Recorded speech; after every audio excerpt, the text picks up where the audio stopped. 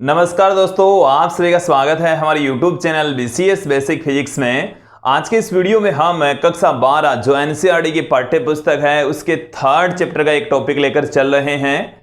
आज हम यहाँ पर देखेंगे विभवमापी के अनुप्रयोग में पहला अनुप्रयोग दो प्राथमिक सेलों के विद्युत वाहक बलों की तुलना करना। देखिए विद्यार्थियों, हम विभवमापी लास्ट वीडियो में देख चुके हैं, समझ चुके हैं, पढ़ चुके हैं।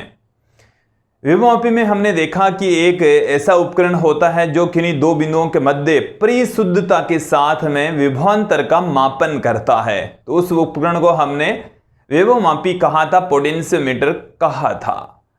इसके बाद में देखिए इन टर्म्स को मैं समझा देता हूं। प्राथमिक सेल वे अवयव होते हैं जो रासायनिक ऊर्जा से विद्युत ऊर्जा प्रदान करते हैं। तो सेल हमने देख लिया था। प्राथमिक सेल वे विद्युत सेल होते हैं जिन्हें बार बार यूज में नहीं ले सकते, जिनसे केवल एक बार ही रासायनिक ऊर्जा से विद्युत ऊर्जा प्राप्त की जा सकती है, प्राथमिक सेल कहलाते हैं। अब इसमें एक टर्म और है, विद्युत वाहक बल। विद्युत वाहक बल क्या होता है? ये वास्तव में एक प्रकार का विभवांतर है और इसकी जो डेफिनेशन है वो भी सुन लीजिए कि सेल के आंतरिक और बाह्य परिपथ में कि किसी प्रति एकांक धनावेश को एक पूर्ण चक्कर लगाने में जितना भी कार्य करना पड़ता है उसको हम सेल का विद्युत वाहक बल कहते हैं, सेल का विद्युत वाहक बल कहलाता है। तो ये सारी चीजें आप लोगों को समझ में आ जानी चाहिए कि विभवमापी क्या है, प्राथमिक सेल क्या है और उनके विद्युत वाहक बल क्या है। ये समझ में आएगी तभी ये टॉपिक समझ में आएगा। क्लियर? मैं आपको थोड़ा सा याद दिलाता हूं कि विभवमापी कैसे काम करता है। फिर हम दो प्राथमिक सेल लेंगे और उन दोनों प्राथमिक सेलों के विद्युत वाहक बलों की तुलना करेंगे, उनका अनुपात यहां पर फाइंड आउट करेंगे। देखिए, हम किसी विभवमापी को इस तरीके से दिखा सकते हैं जैसे ये हमारे पास में बिंदु A है, ये बिंदु C है और ये विभवमापी का तार है AC जो कि 10 मीटर का है, मैग्नीन कांस्टेंट का बना हुआ है। इस AC से हम जोड़ते हैं एक प्राथमिक परिपथ। ये हमारे पास में प्राथमिक परिपथ है जिसके अंदर एक सेल जुड़ा हुआ है EP, एक कुंजी लगी हुई है K और एक धारा नियंत्रक यहां पर संयोजित है। धारा नियंत्रक को हम लिख रहे हैं RH से। ये जो सर्किट होता है इसको हम कहते हैं प्राथमिक परिपथ। क्या कहा जाता है? प्राथमिक परिपथ कहा जाता है। यदि AC जो A से लेकर C तक तार है, इसकी लंबाई हम कितनी मान लें? L मान लें। कितनी कंसीडर कर ली हमने? L कंसीडर कर ली। प्राथमिक परिपथ के अंदर जो सेल लगा हुआ है उसका विद्युत वाहक बल है EP। इसका वोल्टेज कितना है? EP है। और यदि यहां पर मैक्सिमम धारा बह रही है, इसका मतलब है कि इसमें से इसका जो प्रतिरोध है वो न्यूनतम होता है, तब ये सारा का सारा जो वोल्टेज है वो इस तार AC के ऊपर ड्रॉप हो जाएगा। एक बार फिर से सुन लीजिए कि ये जो वोल्टेज है वो इस तार AC के ऊपर काम में आ रहा है।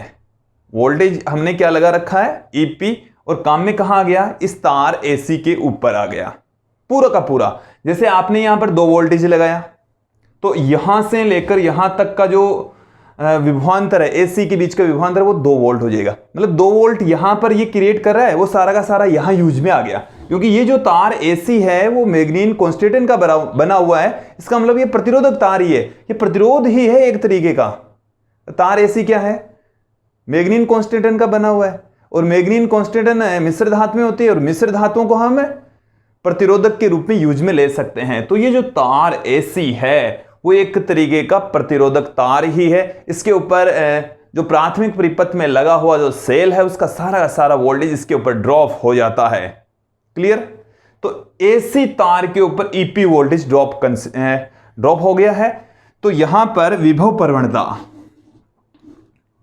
प्रवणता क्या हो गई है? विभव प्रवणता को आप अक्ष से लिख सकते हैं या इसको फाई से भी लिखा जा सकता है। इसको हम किससे लिख सकते हैं? अक्ष या फाई से। तो विभव प्रवणता बराबर क्या होता है? कुल वोल्टेज इसके सिरों पर EP, तार की लंबाई L। तो ये आ गया हमारे पास में विभव प्रवणता की वैल्यू कितनी होती है। तो प्राथमिक परिपथ में लगे सेल का विद्युत वाहक बल और जो विभवमापी है उसमें प्रयुक्त तार की लंबाई का अनुपात विभव प्रवणता कहलाता है, या प्रति एकांक लंबाई पर जो विभव पतन होता है उसको हम विभव प्रवणता कहते हैं। तो प्रति एकांक लंबाई पर तो कुल विभव पतन EP और कुल लंबाई L। समझ आ गया होगा। यहां से लेकर यहां तक वोल्टेज कितना EP, यहां से लेकर यहां तक तार की लंबाई कितनी L। तो विभव में वोल्टेज में लंबाई का भाग लगा देंगे, विभव प्रवणता प्राप्त हो जाएगी। अब देखिए दोस्तों, यहां से लेकर यहां तक EP वोल्टेज ड्रॉप हुआ है। अब इस वाले भाग पर हम कोई दूसरा सेल लगा दें, दूसरा सेल लगा दें, ये कहलाता है द्वितीयक परिपथ में लगा सेल। इसका विद्युत वाहक बल मैंने ले लिया E के इक्वल। किसके इक्वल ले लिया? E के इक्वल। देखो इस सेल को जोड़ने का तरीका यहां पर ध्यान रखेंगे, इसको भी A सिरे से जोड़ेंगे और A सिरे से इसका पॉजिटिव टर्मिनल ही जुड़ना चाहिए। इसका विद्युत वाहक बल प्राथमिक परिपथ में लगे सेल के विद्युत वाहक बल से कम ही होना चाहिए।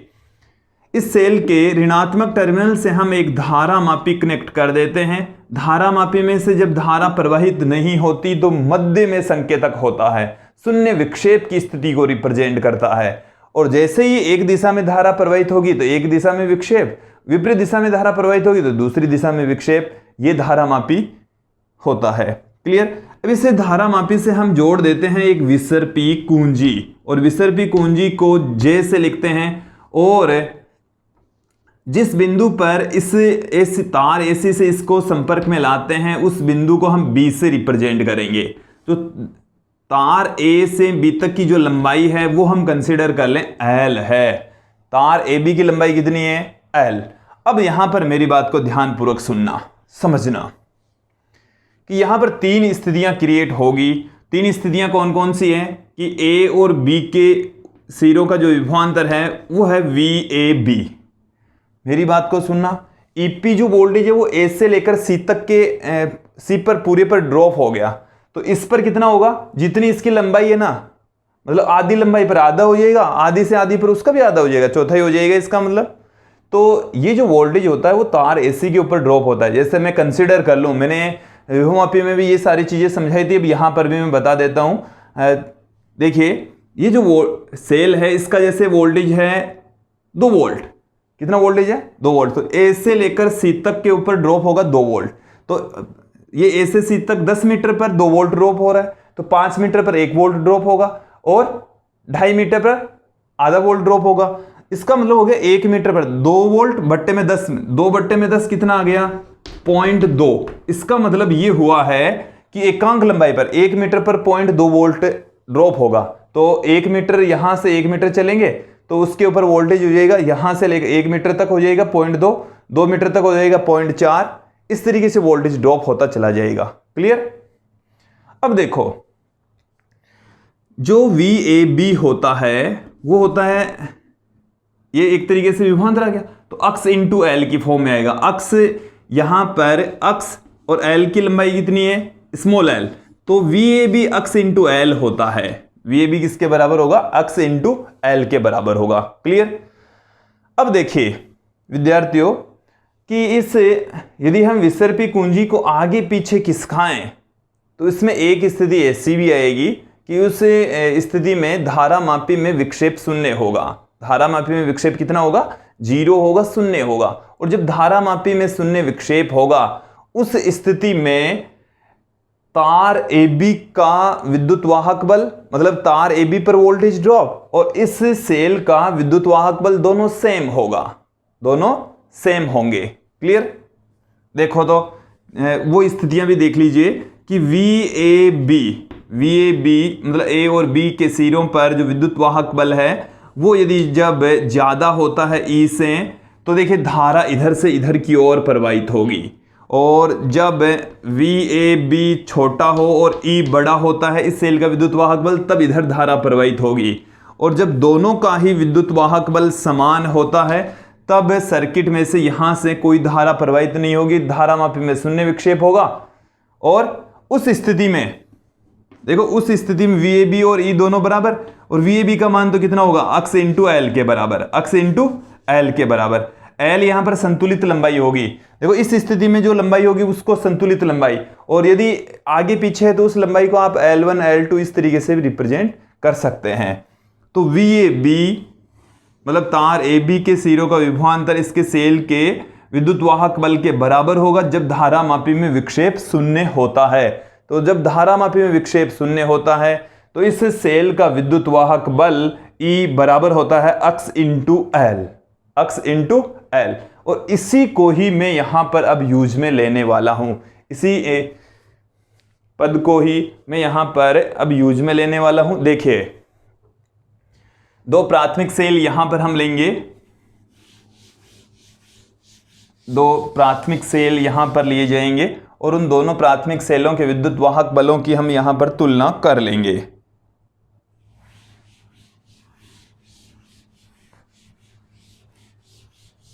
देखिए प्राथमिक सेल के रूप में हम लेक्लांसी और डेनियल सेल का प्रयोग करते हैं।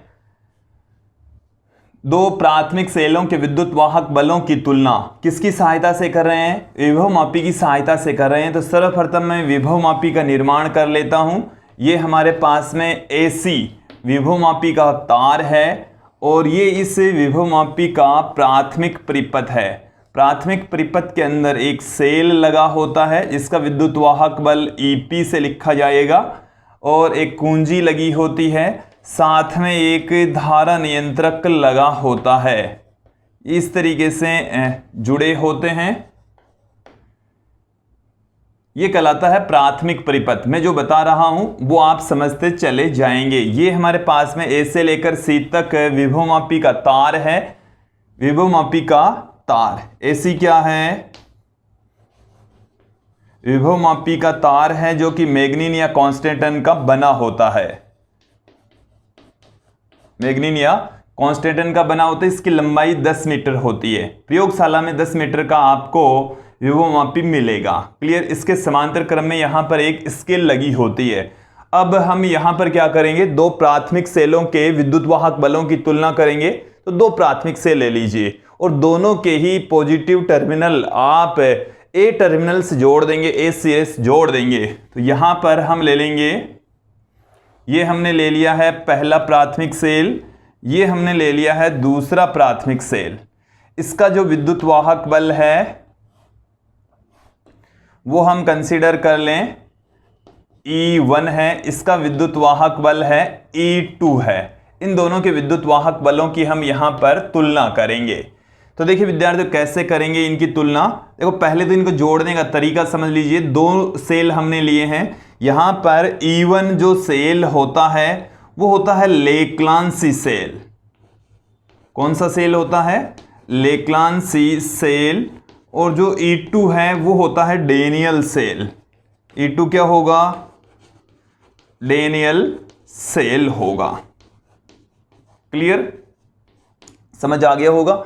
और दोनों के पॉजिटिव टर्मिनल बिंदु A से जोड़ने हैं। दोनों के नेगेटिव टर्मिनल हम एक द्विमार्गी कुंजी से संयोजित करेंगे। किससे जोड़ रहे हैं इनको? एक द्विमार्गी कुंजी से संयोजित किया जा रहा है। ये जो X, Y और Z, मैंने इन टर्मिनल्स को नाम क्या दे दिया? X, Y, Z। इस वाले भाग को नाम दे देता हूं K1, इसको देता हूं K2। तो ये एक द्विमार्गी कुंजी है। तो द्विमार्गी कुंजी है वो क्या है वो भी मैं आपको समझा दूंगा। X, Y, Z एक द्विमार्गी कुंजी है। क्या है? द्विमार्गी कुंजी। एक साधारण कुंजी की भांति ही है, बट यहां पर इसमें दो भाग होते हैं। देखिए बता देंगे। और ये यहां पर है एक धारामापी और इस धारामापी से जुड़ी हुई है एक विसर्पी कुंजी J। और जहां पर इसमें संतुलित लंबाई प्राप्त होती है वो है बिंदु B। वो कौन सा बिंदु है? बिंदु B। क्लियर? पहले मैं आपको बता दूं कि ये जो द्विमार्गी कुंजी है वो क्या है। देखिए एक प्लास्टिक का बॉक्स इस तरीके से होगा, छोटा सा भाग होता है, ये इतनी साइज की होती है। समझने में देख लीजिए, यहां पर तांबे के 3 छोटे छोटे गुटके इस तरीके से लगे होंगे। किसके हैं ये? तांबे के हैं। और इस तरीके से है ये तांबे के। एक वायर यहां से जुड़ा हुआ है, एक वायर यहां से जुड़ा है, एक वायर यहां से जुड़ा है, ये धारा मापी से जुड़ा है। ये वाले सर्किट की बता रहा हूं मैं, ये यहां से जुड़ गया, ये अक्स हो गया, ये वाई हो गया, ये जेड हो गया, ये K1 हो गया, ये K2 हो गया। मैंने ये जो कुंजी ऐसे थी इसको इस तरीके से दिखा दिया। क्लियर? अब देखो यहां से करंट आएगी बट इससे आगे नहीं जा पाएगी, यहां से करंट आएगी वो भी आगे नहीं जा पाएगी, धारा मापी में कोई करंट फ्लो नहीं हो रही है। लेकिन एक तांबे की यहां पर डॉट लगा देते हैं, ऐसे तांबे की डॉट इनके बीच में फंसा दी, तो यहां वाला जो करंट है वो इधर से इसमें से प्रवाहित होगा। समझ आ गया? तो इस डॉट को जब निकालेंगे तो करंट नहीं होगा प्रवाहित, लगा देंगे तो धारा प्रवाहित होगी। तो लगा दिया स्विच ऑन, बाहर निकालिया स्विच ऑफ हो गया। तो इसमें क्या होता है द्विमार्गी कुंजी में कि दो यहां पर कुंजियों का संयोजन होता है। जब इसको यूज में लेना होता है तो इसमें डॉट डाल दीजिए, और इसको यूज में नहीं लेना तो निकाल दीजिए। इसको यूज में लेना है तो अब की बार इसमें डॉट डाल दीजिए, इसमें डॉट डालते ये वाला इधर से इस तरीके से करंट फ्लो होगी। तो ये है द्विमार्गी कुंजी, और द्विमार्गी कुंजी समझ में आ गई होगी। अब देखो दो और बाकी की चीजें हम पहले समझ चुके हैं। अब मैं यहां से इसको हटा रहा हूं।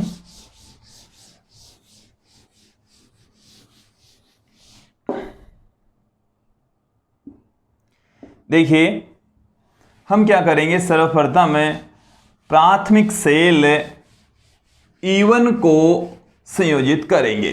प्राथमिक सेल E1 जो कि लेक्लांसी सेल है, लेक्लांसी सेल को सर्वप्रथम जोड़ दीजिए। सर्किट में कौन सा सेल जोड़ रहे हैं? सर्वप्रथम लेक्लांसी सेल को जोड़ा जा रहा है।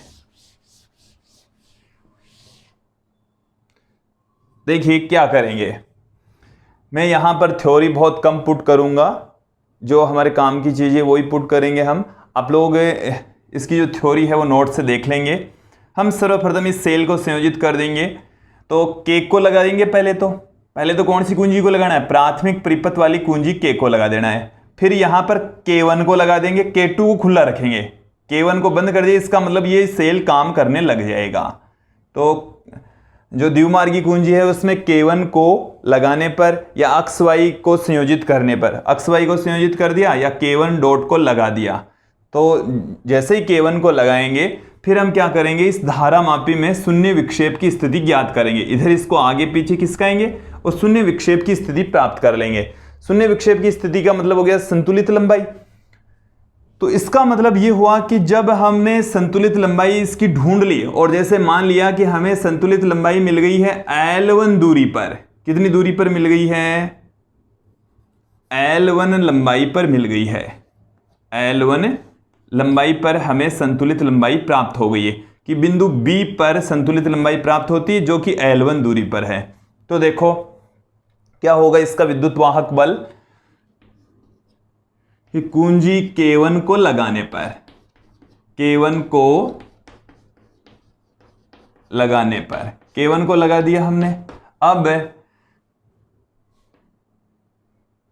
लगाने पर जब सेल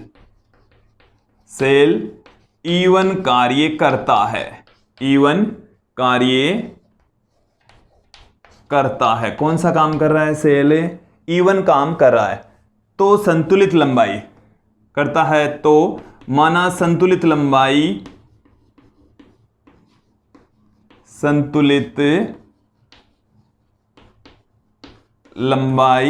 L1 है। संतुलित लंबाई कितनी है? L1 के इक्वल है। ठीक है, जब इस K1 को यहां पर लगा दिया तब हमें संतुलित लंबाई कितनी मिली? L1 मिली। इसका मतलब यह है कि शून्य विक्षेप की स्थिति हमें प्राप्त हो गई, और इस तार AB के सिरों का विद्युत वाहक बल और इस सेल का विद्युत वाहक बल दोनों सेम हो गया, तभी संतुलित लंबाई मिलेगी, तभी इस धारा मापी में से विद्युत का प्रवाह नहीं होगा। तो देखिए क्या आएगा, इस सेल का जो विद्युत वाहक बल है वो तार AB के सिरों पर जो विद्युत वाहक बल होगा उसके तुल्य होगा, और उस विद्युत वाहक बल को हम VAB से लिखते हैं। और ये जो विद्युत तार के सिरों का जो विद्युत वाहक बल होता है वो प्रवणता के पदों में, विभव प्रवणता की टर्म्स में हम लिख सकते हैं अक्स L1 इसे लिखा जा सकता है। अक्ष L1, क्योंकि यहां पर L1 संतुलित लंबाई है और अक्ष यहां पर विभव प्रवणता है। विभव प्रवणता कैसे निकालते हैं वो मैंने बता दिया आपको पहले ही। देखिए, तो E1 बराबर हमें क्या मिल गया है, E1 बराबर अक्ष L1 मिल गया है। इसे आप दे दीजिए समीकरण 1, इक्वेशन नंबर 1 दे दीजिए। इसी प्रकार से आपको क्या करना है, अब K1 को हटाकर